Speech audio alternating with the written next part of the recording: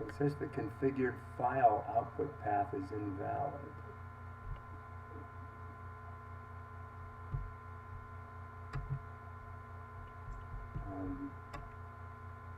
So yeah, if it's not working in that case, you probably want to go ahead and share your screen, and we can try to see what's going on and help you figure out how to get it to work. Well, I'm looking at Studio YouTube, and it sees, it looks like it's streaming because I see my first slide. Does it? Oh, well, yeah. Well, then give us the link, and we'll see if we see it too. Okay, copy, and I'm just going to paste it into Blue Jeans rather than try to put it someplace fancy. Let me put it in chat. Okay.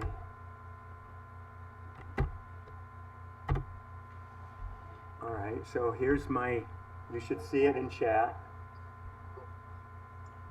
Yeah, I see it. Okay. Okay, yes, I see. I got it, Tim. Stream. You got it? Do you see me? And I see you. Oh, good. I see you. Yes. All right, and DSD objects, you see that? Yeah. DSD objects really fall. Okay, great. Excellent. You're live. Okay, so let's go through. Here are some interesting DSD objects that occur in the early fall. We see the globular star cluster M13, very famous cluster, and there's also a nice another globular M92, and in the lower right-hand corner here we see a diagram of the Hertzsprung-Russell diagram. But before that, let's take a look at an image of M13. This is from the Kitt Peak image archives. This is M13. Nice image. And here is a blow-up of the Hertzsprung-Russell diagram. You see the main sequence of stars. That's kind of that S-shaped curve that kind of goes up through the middle. The sun is a G5 main sequence star, so it's kind of in the middle of that curve there. Someday the sun is going to turn into a giant star, and when this happens, it will turn into a white dwarf.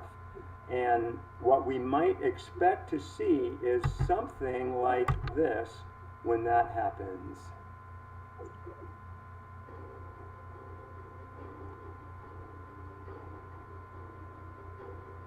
This is an animation of a star like the sun turning into a white dwarf.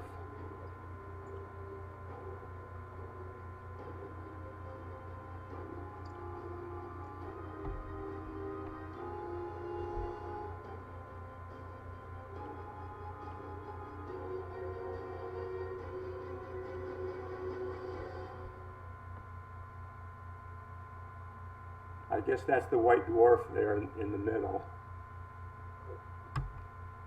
So continuing on, we see in Cygnus, which is a prominent, Cygnus the Swan, that's a very prominent constellation in the sky at this time.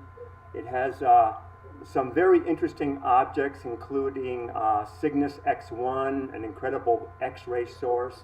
But there's also a very, very large star called NML Cygni, which is, it's actually a hypergiant. If we look at this diagram here, in the upper left part of the diagram where it says 1, we see Mercury, Mars, Venus, and Earth. And then if you look to the right in that, in section 2, we see Earth is in the bottom left hand of that diagram, and then Neptune, Uranus, Saturn, and Pluto. Look in 3, we see, or Saturn and Jupiter, I mean. Look in 3, we see Jupiter, the star Proxima Centauri, the Sun, and Sirius. If we look in 4, we see Sirius, Pollux, Arcturus, and Aldebaran.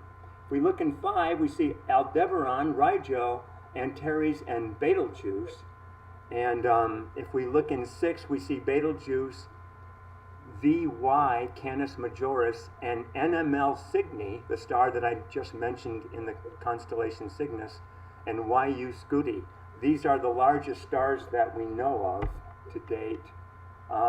We also have a very interesting little constellation called Lyra. In it is a very bright star called Vega. Vega used to be in the position of the Polaris, the pole star. In other words, it used to be aligned with the spin axis of the Earth about 13,000 years ago. We also have a very famous planetary nebula called M57, or the Ring Nebula. Here's a blow-up of the Ring Nebula that was taken from the Hubble Space Telescope. And we also have the constellation Cephus, and the very famous Cepheid variables come from the prototype for the Cepheid variables is in this constellation, and it shows a very famous standard candle for stars that are not too far away from the sun, when we can see the light variation in the curves. We also have the Fire-Rich Galaxy and the Iris Nebula, and we have here, we can see Aquarius. It has another great globular cluster called M2. It has a planetary nebula called the Saturn Nebula because it kind of looks like Saturn, sort of. We also have Pegasus, and another interesting globular cluster. There are a lot of globular clusters this time of the year, and here we have Cassiopeia and the famous Bubble Nebula, or Sharpless 162, and there's also another open star cluster there, and part of the Milky Way is there. Here we see Andromeda, and it has a very famous galaxy in it called M31. Another very pretty galaxy is NGC 891, you see on the bottom right-hand corner there. Here is a photograph of M31 taken by the famous semi-astronomer James Winsky at Kitt Peak. And so that is it. I hope you enjoyed this program. And are there any questions?